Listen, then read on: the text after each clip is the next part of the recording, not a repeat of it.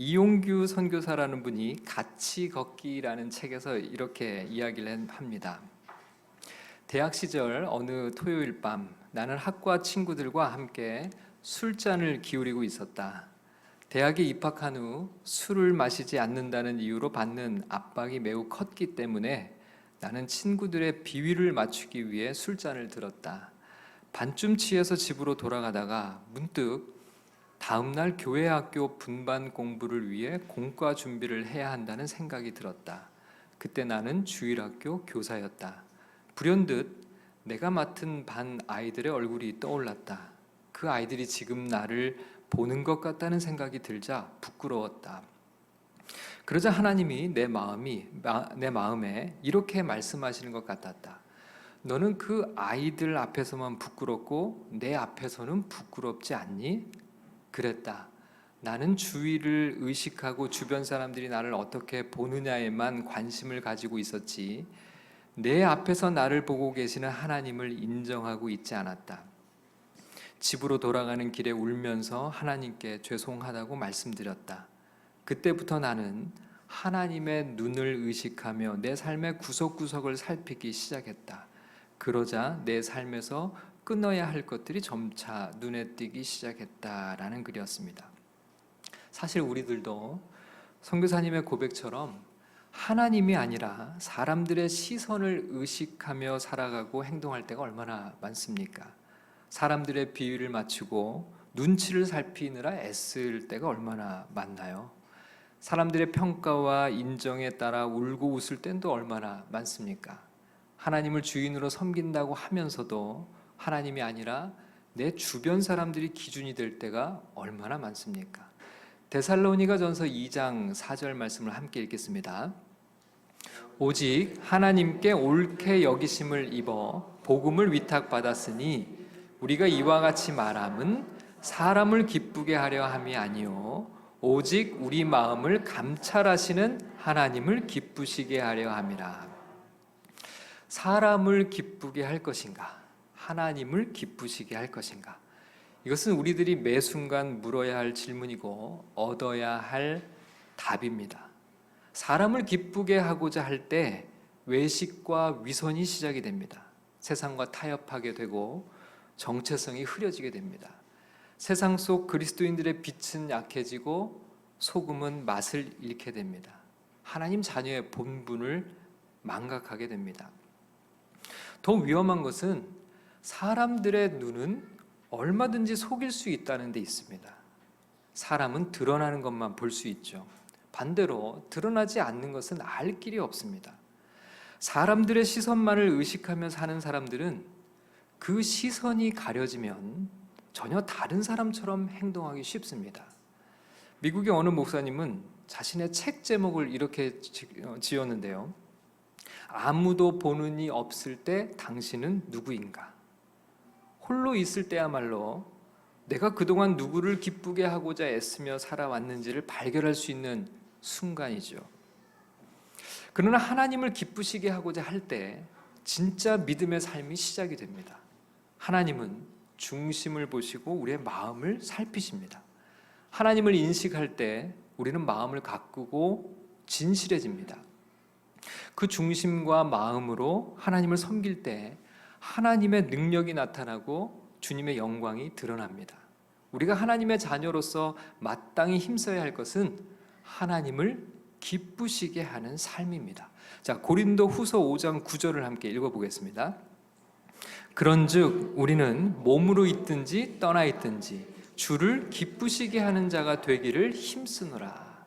데살로니가전서 4장 1절도 읽겠습니다. 그러므로 형제들아 우리가 끝으로 주 예수 안에서 너희에게 구하고 권면하노니 너희가 마땅히 어떻게 행하며 하나님을 기쁘시게 할 수 있는지를 우리에게 배웠으니 곧 너희가 행하는 바라 더욱 많이 힘쓰라. 성경은 하나님을 기쁘시게 하는 일을 배우고 그것을 더욱 힘쓰라고 말씀하죠. 바로 이것이 복된 삶입니다. 그럼 어떻게 하면 하나님을 기쁘시게 하는 삶을 살 수 있을까요? 오늘 말씀에 등장하는 다윗은 특별히 하나님의 마음에 맞는 사람이라는 칭찬을 하나님께 들었던 사람입니다. 다윗의 인생을 통해 하나님을 기쁘시게 하는 삶의 비밀을 함께 살펴보려고 합니다. 오늘 말씀 속에 큰 은혜가 우리 모두에게 임하시기를 주님의 이름으로 축원합니다. 하나님을 기쁘시게 하는 삶을 살아가기 위해 기억해야 할 첫 번째 진리는 하나님께 감사하는 삶입니다. 자, 하나님께 어떻게 하는 삶입니까? 감사하는 삶. 우리는 너무 쉽게 하나님의 은혜를 잊고 살아갑니다. 은혜를 기억하는 사람만이 감사할 수 있습니다. 다윗은 하나님께 받은 은혜를 기억할 줄 아는 사람이었습니다. 다윗의 감사하는 마음은 하나님을 기쁘시게 했습니다. 자, 본문 1절과 2절의 말씀 다 함께 읽어보겠습니다. 여호와께서 주위의 모든 원수를 무찌르사 왕으로 궁에 평안히 살게 하신 때에 왕이 선지자 나단에게 이르되 볼지어다 나는 백향목 궁에 살거늘 하나님의 궤는 휘장 가운데 있도다. 다윗은 자신의 인생에서 가장 평안하고 행복한 때를 지금 보내고 있습니다.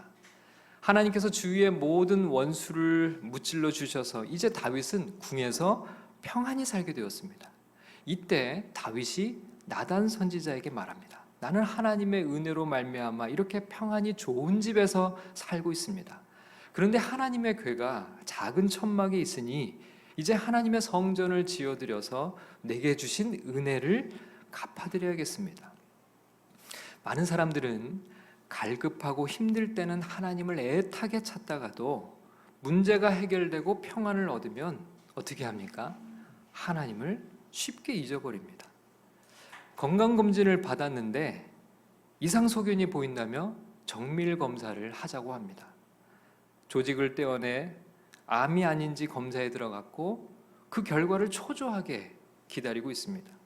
이미 암 환자가 된 것처럼 불안해하며 온갖 걱정과 염려가 밀려듭니다. 그때 하나님께 간절히 기도하죠.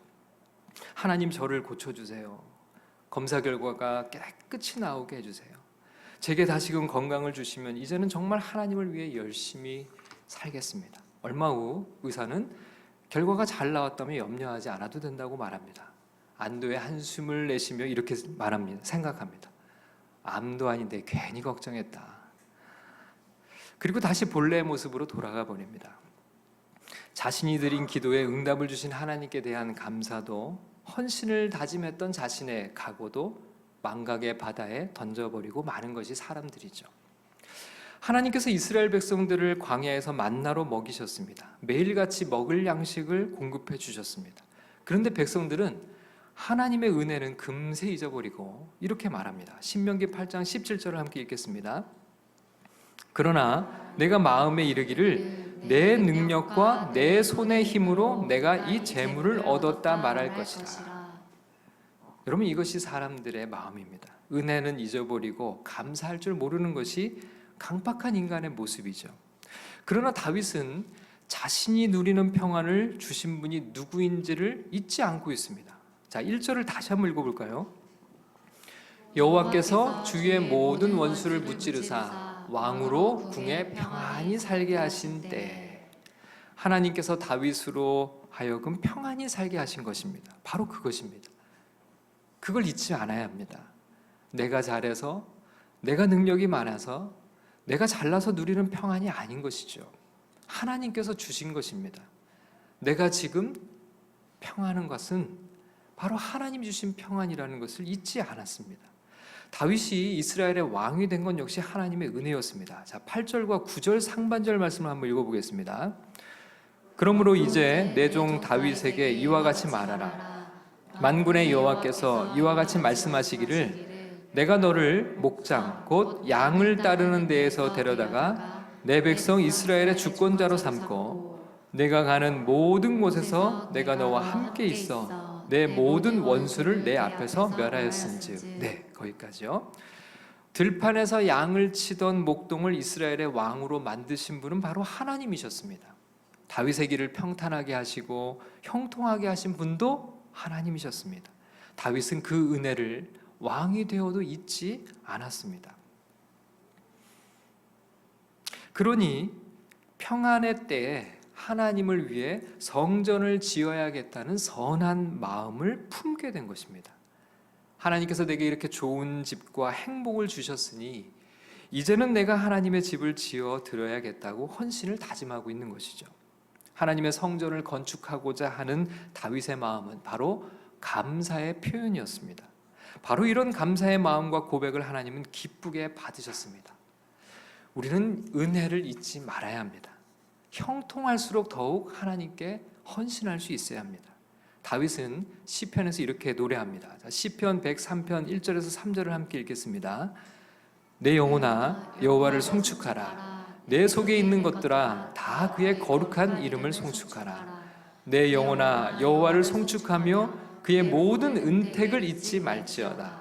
그가 내 모든 죄악을 사하시며 내 모든 병을 고치시며 내 생명을 파멸에서 속량하시고 인자와 긍휼로 관을 씌우시며 좋은 것으로 내 소원을 만족하게 하사 내 청춘을 독수리같이 새롭게 하시는도다.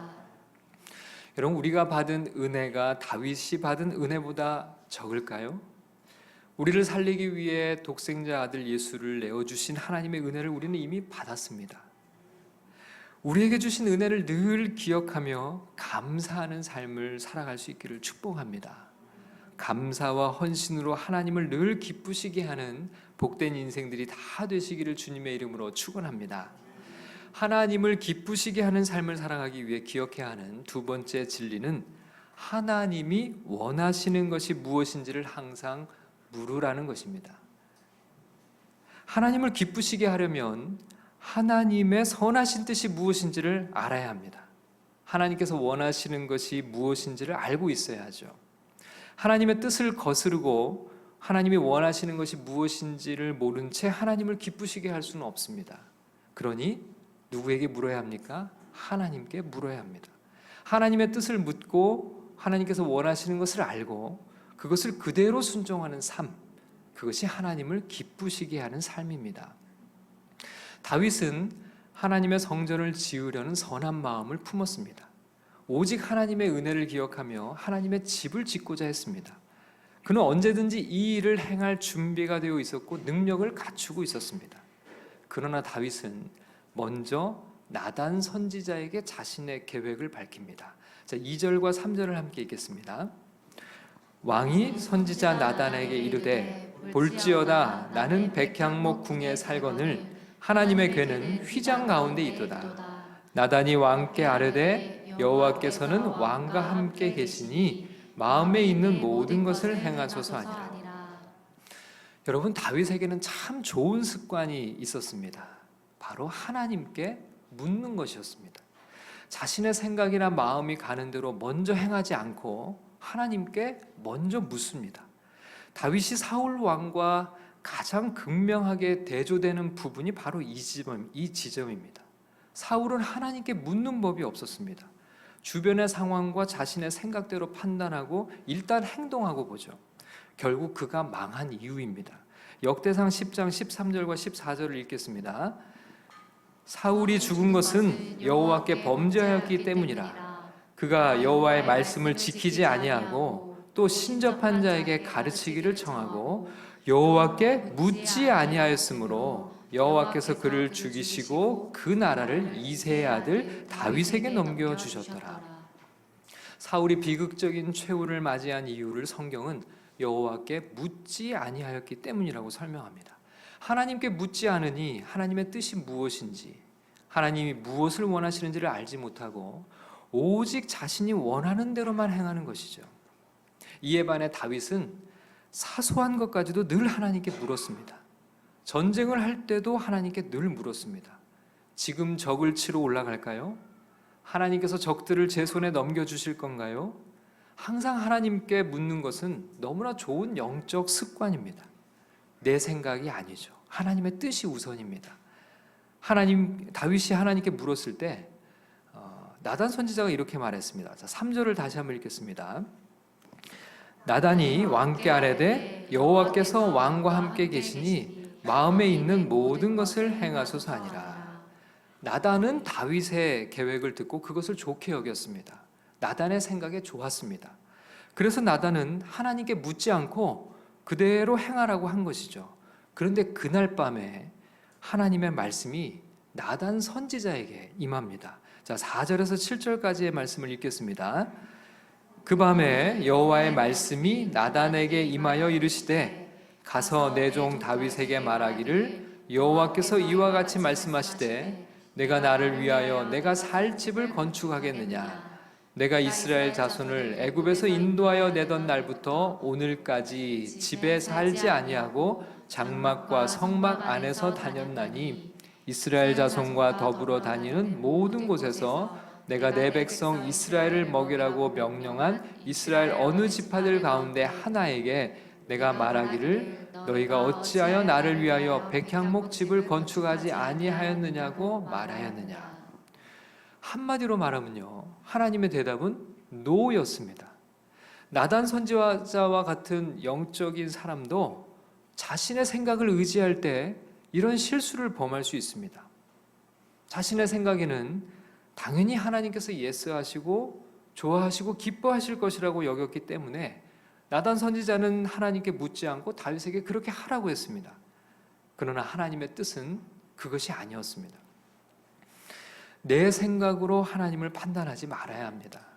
내 생각으로 주님의 일을 하지 말아야 합니다. 내 경험으로 주님을 섬기는 것은 위험합니다. 아무리 선한 동기와 좋은 뜻이라고 해도 항상 하나님께 묻고 행동할 줄 알아야 합니다. 그래서 내 생각이 앞서거나 내 열정이 앞서는 것은 안 됩니다. 내 생각대로가 아니라 하나님의 말씀대로 행해야 합니다. 내 경험이 아니라 하나님의 뜻대로 행해야 합니다. 성도와 교회를 이끌어가는 것은 오직 하나님의 말씀이어야 합니다. 선한 마음과 정직과 정성과 헌신은 하나님의 뜻과 말씀 위에 서 있을 때 의미가 있습니다. 그러니 하나님의 뜻이 무엇인지, 하나님께서 원하시는 것이 무엇인지를 알기 위해서 말씀을 읽고 설교를 듣고 성경을 공부하고 기도해야 하는 것이죠. 어느 목사님의 글에 나오는 이야기를 제가 읽어보겠습니다. 일본 교토 김도영 선교사님은 너무나 놀라운 하나님의 응답과 인도하심을 체험하면서 왜 한국에서는 이런 경험을 날마다 하지 못했지라고 생각해 보았답니다. 선교지에서는 집을 나설 때 간절히 기도하지 않을 수 없습니다. 지도 한 장 들고 나갑니다. 하나님, 오늘은 어디를 가야 합니까? 그곳에 갈 때 나쁜 사람들 만나지 않게 해주시고 무사히 길 잃지 않고 돌아오게 하셔서 차비 낭비하지 않게 하옵소서. 점심을 사 먹게 될 때 이상한 음식을 잘못 시켜서 돈 낭비하지 않게 하시고 어떤 음식이든지 맛있게 먹을 수 있게 해주옵소서. 길이든 음식이든 어느 것 하나 아는 것이 없어서 저는 하나님께 묻지 않을 수 없었습니다. 선교지에서 저는 더 이상 제 삶의 주인이 아니었습니다. 예수님이 제 삶의 주인이셨습니다. 주님이 도와주지 않으시면 저희는 아무것도 할 수 없습니다. 그런데 한국에서는 그렇지 않았습니다. 집에서 교회 가는 길을 주님보다 제가 더 잘 알았으니까요. 내 경험이 얼마나 풍부한지 하나님께 어떻게 할까요? 언제 할까요? 물었던 적이 거의 없었습니다. 하나님께 물을 일이 없었습니다. 제가 다 알아서 결정했습니다. 저는 선교지에 와서 비로소 깨달았습니다. 주님이 왜 저에게 가라라고 하셨는지 말입니다. 제게 익숙해져 있는 것들과 저의 많은 경험과 가진 것들이 예수님을 주인으로 모시는 삶을 가로막고 있었기 때문이었습니다. 저는 선교지에 와서야 예수님이 실제적인 모든 삶에서 저를 인도하기 원하신다는 것을 알게 되었습니다. 라는 글입니다. 하나님을 기쁘시게 하는 삶을 살기 위해서 우리가 할 일은 세세하게 하나님께 묻는 것입니다. 하나님께 묻고 하나님의 인도를 따르는 것이 주님이 내 삶의 주인임을 인정하는 일입니다. 매일같이 반복되는 일상이라고 하더라도, 내가 너무나 잘 아는 어떤 영역과 분야라고 하더라도 내 경험이 내게 주는 분명한 신뢰가 있다 하더라도 작은 것까지 우리 삶의 주인 되신 하나님께 묻기 위해 기도하고 주님의 뜻을 헤아리기 위해 말씀을 읽고 설교를 경청하는 것이야말로 하나님을 기쁘시게 하는 믿음의 삶을 사는 방법입니다. 그럴 때 하나님께서 원하시는 것에 순종하며 주님을 기쁘시게 하는 삶을 살게 되는 것이죠. 늘 주님께 묻고 주님이 원하시는 삶을 살아가는 믿음의 종들이 모두 되시기를 주님의 이름으로 축원합니다. 하나님을 기쁘시게 하는 삶을 살아가기 위해 우리가 기억해야 할 세 번째 진리는 하나님의 때를 인정하라는 것입니다. 자, 누구의 때를 인정해야 합니까? 하나님의 때입니다. 내가 정한 때, 내가 계획한 시간표가 아니라 하나님의 스케줄을 따라야 합니다. 때를 분별하지 못하거나 기다리지 못하는 것은 욕심 때문입니다. 내가 정한 때에 일을 행하려고 과욕을 부리는 것이야말로 모든 문제의 시작이라고 할 수가 있습니다. 다윗은 하나님의 은혜를 기억하며 선한 마음에 성전을 건축하고자 했습니다. 그러나 하나님의 대답은 다윗의 때가 아니라 그의 아들의 때에 성전 건축을 허락하실 것이라고 말씀하셨습니다. 자, 12절과 13절의 말씀을 읽겠습니다. 내 수완이 차서 내 조상들과 함께 누울 때 내가 내 몸에서 날 내 씨를 내 뒤에 세워 그의 나라를 견고하게 하리라. 그는 내 이름을 위하여 집을 건축할 것이요 나는 그의 나라 왕위를 영원히 견고하게 하리라. 하나님께서 이렇게 말씀을 주시자 다윗은 자신의 계획을 포기합니다. 다윗은 자신의 때에 하나님께서 성전 건축을 허락하지 않으셨다는 것을 받아들입니다. 때가 아닌 것입니다. 다윗은 지금이 성전을 건축해야 할 때라고 여겼지만 하나님은 아직 때가 아니라고 하셨습니다. 그러자 다윗은 자신의 마음을 접고 더 이상 그 일을 추진하지 않습니다. 바로 이런 태도가 하나님을 기쁘시게 한 것입니다. 여러분, 때로는 포기할 줄도 알아야 합니다. 그것은 믿음 없는 행위가 아닙니다. 믿음은 끝까지 믿어붙이는 것이 아닙니다. 오히려 하나님의 때에 대한 믿음을 가지고 있기 때문에 접을 수 있는 것이죠. 아름다운 성전을 건축하고 그 성전에서 은혜로운 예배를 드리는 것보다 지금 다윗이 해야 하는 것은 하나님의 때를 인정하고 그 모든 계획을 접는 일이었습니다. 우리 생각에는 성전 건축을 위해 헌신하고 하나님을 위해 대역사를 이루는 것이야말로 하나님을 기쁘시게 하는 일이라고 생각합니다. 그러나 때로는 내가 세운 모든 계획을 중단하고 설사 하나님을 위한 일이라고 하더라도 깨끗이 포기하고 정리할 줄 아는, 그리고 잠잠히 기다리는 것, 그것이 하나님을 기쁘시게 하는 일이 될 수 있다는 것이죠. 성전을 건축하는 일이 아니라 성전 건축을 포기하는 것이 오히려 하나님을 기쁘시게 하는 일이 될 수도 있다는 것입니다. 우리는 때로 우리의 야망을 하나님의 비전으로 포장하고 내가 세운 계획과 시간표대로 하나님의 일을 추진하려고 할 때가 참 많이 있습니다. 선한 마음에서 시작했고 선한 일을 위해 하는 일이니 하나님이 무조건 기뻐하실 것이라고 생각하면 안 되죠. 하나님은 다윗의 성전 건축을 허락하지 않으셨습니다. 하나님을 향한 다윗의 마음은 충분히 받으셨지만 성전 건축은 거절하셨습니다. 때를 분별할 줄 아는 것이 지혜입니다. 하나님의 때를 인정하고 받아들이는 것이 믿음입니다. 때를 기다릴 줄 아는 것이야말로 하나님을 주인으로 모시고 인정하는 태도입니다. 때가 아니면 깨끗이 포기하고 내려놓을 줄 아는 것이 순종입니다. 하나님의 때를 인정하는 것이야말로 진정으로 하나님을 우리의 주인, 하나님의 주권을 인정하는 일이죠. 지금 다윗은 하나님을 위해 성전을 건축할 때가 아니라 하나님을 위해 성전 건축을 포기해야 할 때입니다. 그것이 아름다운 일이고 그것이 하나님을 기쁘시게 하는 것입니다. 우리도 마찬가지입니다. 내가 생각하는 때, 내가 정한 때, 내가 바라는 때가 아니라 하나님의 때, 하나님이 원하시는 때, 그 때를 인정하고 기다리는 것이야말로 하나님을 기쁘시게 하는 믿음의 삶을 사는 삶이라는 것을 기억해야 합니다. 우리가 하나님을 기쁘시게 하는 것은 하나님을 위해 무언가 더 많은 일을 하는 것을 의미하지 않습니다.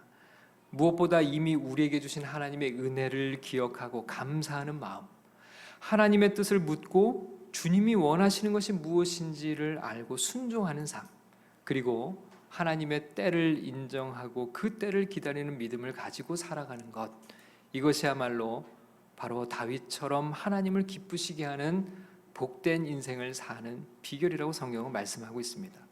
하나님을 늘 기쁘시게 하고자 했던 다윗은 하나님으로부터 참으로 많은 복을 받았습니다. 그러나 그가 받은 가장 큰 축복은 피조물로서 창조주이신 하나님을 기쁘시게 했던 그 삶 자체가 아닐까요? 하나님을 기쁘시게 했던 다윗의 삶 그 자체야말로 그가 누린 가장 큰 복이 아닐 수 없습니다. 우리도 늘 하나님께 감사하고 주님의 뜻을 묻고 주님의 때를 따르면서 하나님을 기쁘시게 하는 복된 인생들을 살아갈 수 있기를 주님의 이름으로 축원합니다.